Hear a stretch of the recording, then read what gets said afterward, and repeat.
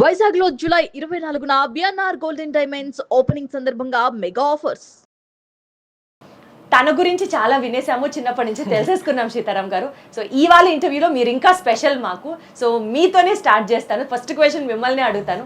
మీ పెళ్ళి, మీ ఇద్దరు కలయిక, మీ ప్రయాణం ఎలా కొనసాగింది, ఎప్పుడు మొదలైంది చెప్పండి. పెళ్ళి 2024లో అయిందండి, 24లో అయింది, ఆగస్ట్ 22.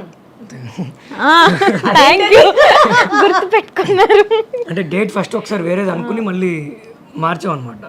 సో నాకు ఆ డేట్ ఎక్కువ రిజిస్టర్. నేనంటే టెస్ట్ చేస్తూ ఉంటాం మధ్య మధ్యలో, ఒకసారి మ్యారేజ్ డేట్ చెప్పండి అంటే అది చెప్తూ ఉంటారు. సో ఇవాళ బాగా చెప్పారు, గుడ్. అంటే ఎన్ని డేట్లు మారినా పెళ్లి రోజు ఒకటే ఉంటుంది కదా, దాన్ని కూడా మీరు డౌట్ పడ్డారంటే ఓకే.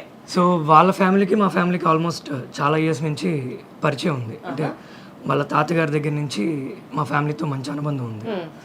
సో అట్లా వాళ్ళ ఫ్యామిలీతో పరిచయం. తర్వాత తను మా నాన్నగారు ఆర్గనైజ్ చేసే కొన్ని ఈవెంట్స్లో తను పాడడానికి వచ్చేది. వాళ్ళ అమ్మగారు తను వచ్చేవాళ్ళు. చిన్నప్పుడు అలా చూసేవాడిని. సో చిన్నప్పటి నుంచి తూనీగా అప్పటి నుంచి మీకు కూడా అన్నమాట. తూనీగా ఏం లేదు యాక్చువల్గా, అప్పుడు అంత ఏజ్లో ఏం లేదు యాక్చువల్లీ. మా మావయ్య గారు అయితే నన్ను ఎత్తుకుని చాక్లెట్లు అవి కొనిపెట్టేవారు అక్కడ. ఈయన ఒళ్ళో కూడా కూర్చున్నాను నేను చిన్నప్పుడు. అంటే మా ఇద్దరికి 7 years డిఫరెన్స్ ఉంది. సో అంతే, నా ఇంటర్మీడియట్ అప్పుడు అనుకుంటా తను ఏదో కాన్సెప్ట్ కోసం వచ్చింది. నాకు అప్పుడు ఎంత చిన్నప్పుడు, ఆల్మోస్ట్ సెకండ్ క్లాస్ అనుకుంటా. అప్పుడు ఒక ఫోటో ఉండేది, అంటే ఇప్పుడు నా దగ్గర ఇప్పుడు లేదు, వాళ్ళ ఇంట్లో ఉన్నట్టుంది. నా ఒళ్ళో కూర్చుని ఉంటుంది. అంటే చిన్నపిల్ల కదా, నేను లలితదా అని చెప్పి కూర్చోబెట్టుకున్న ఫోటో ఎవరో తీసారు, అది ఫోటోగ్రాఫర్. అది ఆ పరిచయం, స్నేహం, ప్రేమలా ఎప్పుడు మారింది? 2018లో అనుకుంటే ఒక ఫంక్షన్లో కలిసాం ఇద్దరం. మళ్ళీ ఒక 5 ఏళ్ళు మళ్ళీ నేను తను కలుసుకోలేదు. తర్వాత కట్ చేస్తే ఇంకా పెళ్ళి అని ఇంట్లో బాగా ఫోర్స్ చేస్తున్నారు. అప్పుడు ఇంకా హైలైట్ ఏంటంటే ఫస్ట్ మా అమ్మగారికి కాల్ చేసి చెప్పారు, ఈయన ఇలాగ మీ అమ్మాయిని పెళ్లి చేసుకుందాం అనుకుంటున్నానని. ఫస్ట్ మా అమ్మకి చెప్పి నాకు చేసి, నేను మీ అమ్మగారికి చెప్పాను, ఇప్పుడు నీకు చెప్తున్నానని ప్రపోజ్ చేశారు. తర్వాత నాకు ఒక్క నిమిషం అర్థం కాలేదు, ఇదేం చాలా వెరైటీగా అనుకున్నా. అంటే తను ఫస్ట్ ప్రపోజల్ అన్నట్టుగా చెప్పింది నాకు. ఎవడన్నా మా అమ్మకి చెప్పి నాకు చెప్తారు అసలు. అదేంటి అదేంటి సినిమా అపరిచితుడు నువ్వు ఏమన్నా రామానుజన్ అనుకుంటున్నావు నువ్వు అని చెప్పి ఫస్ట్ వాళ్ళ అమ్మగారికి చెప్పాను, ఇలా అనుకుంటున్నానని చెప్పి. సో వాళ్ళ అమ్మగారికి చెప్పిన వెంటనే అక్కడ ఎక్స్ప్రెషన్ ఏంటి? అంటే ఒక రకంగా ఆవిడ బ్లెస్సింగ్ తోనే. ఆవిడ అంటే చాలా ఇష్టం ఈయనంటే. సో ఆవిడ నాకు కూడా చెప్పింది, బాగుంటుంది చేసుకోమ్మా. సో మీకంటూ అప్పుడు ఒపీనియన్ ఏంటి? అమ్మ చెప్పారని చేసుకున్నారా, లేకపోతే చిన్నప్పటి నుంచి తెలుసు మీకు కూడా ఒక పాజిటివ్ ఒపీనియనే ఉంది అనుకొని ఇంకా అలా కానిచ్చేసారా? అంటే నాకు చాలా మూమెంట్స్ ఉన్నాయి ఇంతో, లైక్ ఓకే ఈయనే కరెక్ట్ అని చెప్పి నాకు అనిపించింది. ఫర్ ఎగ్జాంపుల్ అంటే ఆయనతో ట్రావెల్ చేస్తున్నప్పుడు అనిపించింది అనమాట. లైక్ నాకు అంటే more he's like a guide and mentor. And husband కన్నా ఒక అమ్మ తర్వాత అమ్మ అంటారు కదా, సో అలాగ నాకు అన్నమాట ఈయన. సో నేను అనుకున్నా, అంటే ఇంతకంటే లక్కీ పర్సన్ ఎవరు ఉండరేమో నేను చేసుకుంటే. చాలా కేరింగ్, అంటే ప్రతి ఆడపిల్ల అంతే కేరింగ్. నేను వైఫ్ కాబట్టి ఇంకా ఇంకొక మెట్ ఎక్కువ. అందరినీ అలా ముద్దుగా మేము తెలుసుకోవడానికి ఎట్లా, ఎంత పొసెసివ్, ఎంత కేరింగ్ మీకు ఎక్కడెక్కడ అనిపిస్తుంది చెప్పండి. అంటే ఇప్పుడు ఏదైనా బయటికి వెళ్ళాం అనుకోండి, ఆయనకి ఫస్ట్ లొకేషన్ పెట్టి, నేను ఇంకా అక్కడికి వెళ్ళే లోపే ఆయన మొత్తం అన్నీ అక్కడ అరేంజ్ చేసేసి ఉంటాయి అన్నమాట. తెలీదు నాకు, అంటే అక్కడ అన్నీ ఉంటాయి ఏంటి ఏం తెలీదు. ఆయనే మొత్తం అంతా రోడ్ మ్యాప్ అంతా వేసేసి అక్కడంతా అరేంజ్ చేసేసి నాకేం చెప్పరు. సో నేను ఏదైనా చెయ్యాలనుకునే లోపే మొత్తం ఆయన అంతా అలా అరేంజ్ చేసి కూర్చోబెట్టి. సో బొమ్మరిలో ఫాదర్ కాదు, బొమ్మరిలో హస్బెండ్ అని చెప్పండి. అంతా మీరే చేశారు, అన్ని మీరే చేశారు అంట. తర్వాత కాకపోతే తనకు నచ్చినవి చేస్తా. House sweet. ఇద్దరు ఎప్పుడు ఇలాగే మంచి సర్ప్రైజెస్ బాగా ఎక్కువ ప్లాన్ చేస్తూ ఉంటారు. సర్ప్రైజెస్ అంటే మీ వీడియోస్ అవి చూస్తుంటాను కాబట్టి, ఒకసారి మీ బర్త్డే కి కార్ లో రెడ్ బెలూన్స్ అవన్నీ చక్కగా ప్లాన్ చేసి ఏదో వీడియో చూసాను. అది మేము ఆల్రెడీ చూసేసాం కాబట్టి అది కాకుండా ఇంకేమైనా సర్ప్రైజ్ చెప్పండి. తనకి నైట్ 12కి కేక్ కట్ చేయడం అంటే ఇష్టం, నాకు ఇష్టం ఉండదు. నీకు ఎందుకు ఇష్టం లేదు? అంటే నాకు నా బర్త్డే సెలబ్రేట్ చేసుకోవడం నాకు ఇష్టం ఉండదు. అంటే తనకు కట్ చేయించడం ఇష్టమే. సరే ఒక కాన్సెప్ట్ ఒప్పుకోవాల్సి వచ్చింది. తన బర్త్డే రేపు అనగా ఇవాళ నైట్ కాన్సెప్ట్ ఒప్పుకున్నాం, అది విజయవాడలో కాదు. సో దారి మధ్యలో ఎక్కడైనా కేక్ కట్ చేయించాలి, మరి రోడ్డు మీద అయితే బాగోదేమో అని చెప్పి ఏం చేయాలని ఆలోచిస్తే అప్పుడు నాకు ఈ థాట్ వచ్చింది, సరే కార్లో డెకరేట్ చేద్దాంలే అని చెప్పి. ఒక ఆర్టిస్ట్ని పెళ్లి చేసుకోబోతున్నాను అన్న ఒక కన్ఫర్మేషన్కి మీరు వచ్చిన తర్వాత మీకు ఎలాంటి థాట్స్ రాలేదా? అసలు ఈ ఇండస్ట్రీలో వాళ్ళు మనకెందుకు, అసలు ఆర్టిస్ట్గా ఎందుకు? అప్పటికే తనకి చాలా పేరు, షీఈస్ పాపులర్. ఆంధ్ర తెలంగాణలో తనకు తెలియని వాళ్ళు లేరు. మీరు ఎప్పుడూ ఆలోచించలేదా? అంటే లలితని మేము అసలు అంటే సెలబ్రిటీ అనో సింగర్ అనో అట్లా చూడమండి ఎవరు. ఇందాక మీరు స్టార్టింగ్ అన్నారు సార్, మా ఇంట్లో అమ్మాయి అని. ఎగ్జాక్ట్లీ. సో పరిచయం లేని వాళ్ళు అలా అనుకుంటే పరిచయం ఉన్న వాళ్ళు మేము ఇంకా. అంటే ఇప్పుడు మా అమ్మగారు నాన్నగారు కూడా అంటే మా నాన్నగారికి లలితని ఎలా అంటే ఇంకా చిన్నప్పుడు ఎత్తుకునే లలిత లాగానే చూస్తారు తనని. ఇప్పటికీ కూడా ఇంట్లో ఎక్కువ నేనే ముద్దనమాట అందరికి. మా అత్తయ్య గారు కూడా నాకేం ఇష్టమైన కూర ఏంటని నన్నే అడుగుతారు మెన్యూలో. ఇద్దరిని కోడలు ఇద్దరిని అంటే లలితని మా వదిన గారిని ఇద్దరిని బాగా మమ్మల్ని అడిగేవాళ్ళు. ఇప్పుడు వీళ్ళిద్దరు వచ్చిన తర్వాత మీ ఇద్దరు పక్కకి వెళ్ళండమ్మా, కోడళ్ళు వచ్చారు వాళ్ళే ఇంపార్టెంట్. వెజిటబుల్స్ ముందుగా మీ అమ్మగారు చాలా గొప్పవారు, చక్కగా ఇద్దరు కోడళ్ళని కూతుళ్ళలా చూసుకోవడం ఆవిడ గొప్పతనం. అలాగే దాన్ని మెయింటైన్ చేసుకోవడం, మీరందరూ ఇంత హ్యాపీగా ఉండడం ఈక్వల్. నేను మా అమ్మకి చెప్తూ ఉంటా, లలితకి వంట నేర్పించమ్మా, నీ వంటలన్నీ తనకు కూడా రావాలి కదా. అంటే మా వదిన గారు చేస్తారు, తనకు కూడా వచ్చి ఉంటే చాలు. అంటే నేను లలితకి ఏం చెప్తా అంటే నీకు వంట వచ్చి ఉండాలి కానీ నువ్వు చెయ్యక్కర్లా, నీకు డ్రైవింగ్ వచ్చి ఉండాలి కానీ డ్రైవర్ని పెడతా. అంటే ఒక్కొక్కటి మాట్లాడుకుందాం. వంట వచ్చా అమ్మా మనకి? వంట అంటే నేను చూస్తే చేసేస్తాను, ఇప్పటివరకు చేయలేదు. చూడలేదు, ఇప్పుడు చూడలేదు. లేదు లేదు సార్, త్రివిక్రమ్ గారు లాగా రెండు చేతులు జోబులో పెట్టుకొని లేచి వెళ్ళిపోతానండి. లేదండి, నేను ఒక్కసారి అంటే పెళ్ళైన కొత్తలో నాకు బాగా ఇదనిపించి ఒక ఛాలెంజ్ లాగా నేను ఎలా అయినా వంట చేయాలి, నాకు ఎందుకు రాదని చేశాను. మా అమ్మగారు ఊరు వెళ్ళారు, ఫోన్ చేసింది.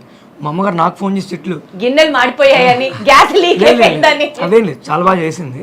అంటే తను చాలా ప్యాంపర్డ్ గా చూస్తారు అనమాట. ఇంతకీ పాపం ఆయనకి ఆయన కోరిక ప్రకారం వంట వచ్చి ఉండాలి, చేయకపోయినా పర్వాలేదు. నేర్చుకుందండి ఇప్పుడు ఇప్పుడు వచ్చా పర్వాలేదా? పర్లేదు. కొంచెం ఆవాలు లెక్క పెట్టి 1, 2, 3 ఆవాలు వేసుకోవడం. అంటే ఇది వరకు ఎన్ని టేబుల్ స్పూన్లు వేయాలి అలా అడిగేదాన్ని, ఇప్పుడు అందాజుగా వేయడం నాకు వచ్చింది. ఎస్, సాధించారు మొత్తానికి. సూపర్. మరి కార్ డ్రైవింగ్ పరిస్థితి ఏంటి? అది కూడా ఒక హఠాత్ పరిణామం.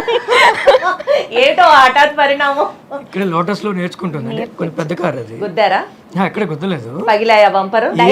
ఇంట్లోకి వెళ్ళిపోయింది. అమ్మ బాబోయ్, రాత్రిపూట. ఇంకొద్దులే ఇలాంటివి. అంటే మీరు బేసికల్ గా సింగింగ్ కి కన్ఫైన్ అయితేనే బెస్ట్ అని నా ఫీలింగ్. లేదు అంటే సరదాగా మాటలు పక్కన పెడితే తను చేయాలనుకుంటే డెఫినెట్లీ ఒకసారి చేసి పెట్టింది. ఇలాగే సరదాగా అందరూ ఏడిపిస్తున్నారని మొత్తం మా అమ్మ అంటే రోజు పప్పు కూర ఇంట్లో కామన్గా 4-5 ఐటమ్స్ ఉంటాయి కదా, ప్రతి ఐటమ్ మా అమ్మగారు ఊరు వెళ్ళినప్పుడు అన్నీ చేసి పెట్టింది, చాలా బాగా చేసింది. అలాగే డ్రైవింగ్ కూడా ప్రస్తుతానికి కొన్ని రోజులు ఆపాం. డెఫినెట్లీ అంటే నాకు చిన్నప్పటి నుంచి ఎవరైనా నీకు ఇది రాదు నువ్వు చేయలేవంటే నాకు తీసుకోరు, నేను చేసి చూసే వరకు అసలు వదిలిపెట్టాను, నిద్రపోరు. అట్లా కసిగా నేర్చుకున్నవి ఇంకా ఏమున్నాయి? సంగీతం అండి, అదొకటి. అదొకటి అంటే పెద్ద పర్సనల్గా తీసుకోదు. అంటే లలిత లాగా ఉండాలనుకుంటూ ఉంటాను నేను కూడా ఎప్పుడైనా. అంటే లీస్ట్ బాదర్డ్ అబౌట్ ఎనీథింగ్. అంటే గాసిప్స్, వాళ్ళేం మాట్లాడుకుంటున్నారు వీళ్ళేం మాట్లాడుకుంటున్నారు, ఫ్రెండ్స్ ఏమీ ఉండవు. ఎట్లా లలిత గారు అసలు అట్లాంటి ఫీలింగ్స్ ఏం లేకుండా ఎలా ఉంటారు? ఫ్రెండ్స్ లేరు, ఫ్రెండ్స్తో బయటికి వెళ్ళడం కానీ ఫోన్లో మాట్లాడడం కానీ ఉండదు, అసలు ఫోనే ఉండదు తన దగ్గర. అమ్మ బాబోయ్. అంటే కొంతమంది ఏమనుకుంటారంటే పెళ్ళి అయిన తర్వాత ఫోన్ ఎత్తట్లేదు అంటారు. ఫస్ట్ నుంచి దానికి హ్యాబిట్ ఉంది. అంటే చాలా సార్లు పాజిటివ్గానే ఉంటుంది, నా ఒక్కడికి ఇబ్బందిగా ఉంటుంది. నేను బయటికి వెళ్ళి ఫోన్ చేస్తా, అప్పుడు కూడా ఫోన్ ఎత్తారా? ఫోన్ పట్టించుకోదు కదా, ఫోన్ పట్టించుకోదు. అంటే ఎట్లా అసలు ఈ రోజుల్లో ఫ్రెండ్స్తో తిరగాలి, కబుర్లు చెప్పుకోవాలి, చక్కగా ఎంజాయ్ చేయాలి, ఫోను, రీల్స్, ఇన్స్టాగ్రాము ఇంత నడుస్తున్న టైంలో మీరంతా డిటాచ్డ్గా ఎలా ఉండగలరు? అంటే నేను అంత డిటాచ్డ్ ఏం కాదు, ఎప్పుడు ఉండాలో అప్పుడు ఉంటాను డెఫినెట్లీ. అంటే ఫ్యామిలీ కజిన్స్ మాకు చాలా బాగా ఎక్కువ, సో వాళ్ళతో హ్యాంగ్ అవుట్ అవ్వడం, బ్లాగ్స్ చేయడం, రీల్స్ చేయడం అవన్నీ ఉంటాను. But at the same time ఒక డిటాచ్మెంట్ అనేది కూడా ఉంటుంది నాకు. ఓ పర్సనల్ స్పేస్ అనేది ఉంటుంది రోజులో, నా మెడిటేషన్ కానీ నా ఇది కానీ. సో మీ పర్సనల్ స్పేస్ అంటే ఏం చేస్తారు ఆ space? Like music and meditation, ఈ రెండు నాకు 24 గంటలు 23 గంటలు పర్సనల్ స్పేస్ లోనే ఉంటారా? లేదు అలా ఏం ఉండదు. ఒక 8 hours పడుకుంటాను, తర్వాత ఇవి చేసుకుంటాను, తర్వాత అందరితో కలిసి ఉంటాను. బట్ ఎక్కువ ఫోన్ అది బద్ధకం నాకు బేసిక్గా. ఫోన్ బద్ధకం అన్న 2026లో మొట్టమొదటి మహిళ 2026లో కదా, నేను పుట్టినప్పటి నుంచి ఇప్పటివరకు చూసిన ఆడవాళ్ళలో ఫోన్ బద్ధకం అన్న ఏకైక లేడీ మీరే. నాకు ఇస్తుంది అప్పుడప్పుడు. నా దాంట్లో ఒక 1000 మెసేజ్లోనే రిప్లై ఇస్తారా అని అడుగుతుంది. నేనేంటంటే ఫోన్లో ఒక మెసేజ్ ఆయన ఏంటంటే నా దాంట్లో 2000 ఉన్నాయి నువ్వు చూస్తావా అంటారు. అంత పెద్ద సరిపోయారు ఇద్దరు. నేను వెంటనే రిప్లైలు ఇచ్చేస్తా, అంటే పెండింగ్ పెట్టను. తను ఏంటంటే ప్రోగ్రామ్ కోసం ఎవరైనా ఫోన్ చేసినా అంటే ఫోన్ చూడదు. అంటే నాకు అలవాట్లే చిన్నప్పటి నుంచి మాట్లాడడం ఒకళ్ళతో ఎలా కన్వర్జేషన్ అవన్నీ అలవాటు లేదు. అమ్మ నాన్న చూసుకునే ఫ్యామిలీలో కజిన్స్ తో ఫుల్ హ్యాంగ్ అవుట్ అవుతాను అది ఇది అని అన్నారు కదా, మరి అప్పుడు మాట్లాడాలి కదా. పెద్ద ఫ్యామిలీ మీది? చాలా పెద్ద ఫ్యామిలీ. అంటే నేను చెప్తా వీళ్ళ ఫ్యామిలీ గురించి నేను చెప్తా. వీళ్ళ నాన్నగారు వాళ్ళ ఇంటి పేరు భమిడిపాటి వారు అండి. వీళ్ళ అమ్మగారు వాళ్ళ ఇంటి పేరు పసుమర్తి వారు. వీళ్ళ నాన్నగారు వాళ్ళది basic Rajahmundry, they from Rajahmundry. వీళ్ళ అమ్మగారు వాళ్ళు విజయవాడ. వీళ్ళు 1 టౌన్లో ఉండేవాళ్ళు వీళ్ళ మదర్ వాళ్ళు. అంటే పసుమర్తి వాళ్ళు నాకు కూడా చాలామంది బాగా తెలుసు పెళ్ళికి ముందు నుంచి కూడా. సో ఎంత సరదాగా ఉంటుందంటే వీళ్ళ ఫ్యామిలీలో వీళ్ళ తాతగారు అన్నదమ్ములు మొత్తం అందరూ ఒకే ఇంట్లో ఉండేవాళ్ళు 1 టౌన్లో. దగ్గర 45 మంది ఉండేవాళ్ళు వీళ్ళు. 45 మంది విజయవాడ 1 టౌన్ లో ఒకే ఇంట్లో ఉండేవాళ్ళ? అసలు అంత పెద్ద ఇల్లు ఎక్కడ ఉంటాయండి 1 టౌన్ లో? ఉంది, ఇంకా ఇల్లు ఇప్పుడు కూడా ఇప్పటికీ ఉంది. 45 మంది ఒకే ఇంట్లో ఉండేవాళ్ళు. అంటే వీళ్ళ తాతగారు వాళ్ళ బ్రదర్స్ 5గురు మొత్తం అందరూ ఒకే, వాళ్ళ పిల్లలు వాళ్ళ సిస్టర్స్ కూడా, సిస్టర్స్, తాతగారు వాళ్ళ అక్క ఎన్ని తరాలు ఉన్నాయి అక్కడ? ఇప్పుడు అందరూ డివైడ్ అయిపోయారు. అంటే అంతమంది ఇప్పుడు కుదరదు కదా. సో మా ఫ్యామిలీ కూడా చాలా పెద్దది. అంటే మా అమ్మగారు ఓన్లీ మా సొంత తాతగారికి 11 మంది సంతానం. అది మొత్తానికి క్రికెట్ టీం అయితే ఉంది, మాట ఇంకా చెప్పట్లేదేంట. మాది జాయింట్ ఫ్యామిలీ, కానీ 45 మంది లేము. మా పెదనాన్న గారు వాళ్ళు మేము కలిసి ఉండేవాళ్ళం. సో మా కజిన్స్ మొన్న మా పెళ్ళప్పుడు మా సంగీత్కి ఆల్మోస్ట్ 122 మంది. మీకు అసలు బయట నుంచి ఎవరు డాన్సర్లు సింగర్లు మీరే సరిపోతారు? నేను డాన్స్ కూడా బాగా చేస్తాను, మీరు అది చెప్పలేదు. డాన్స్ చాలా బాగా చేస్తాను. బంగారం అసలు చెప్పలేదు, క్యూట్ గా చెప్పారు. సరే అయితే ఈ వీడియో అయిపోయిన తర్వాత మన ఇద్దరం ఒక డాన్స్ రీల్ చేద్దాం. చాలా బాగా చేస్తుంది. సుమన్ టీవీలో మీ పర్సనల్ అండ్ బిజినెస్ ప్రమోషన్స్ కోసం కింది నెంబర్కి కాంటాక్ట్ చేయండి.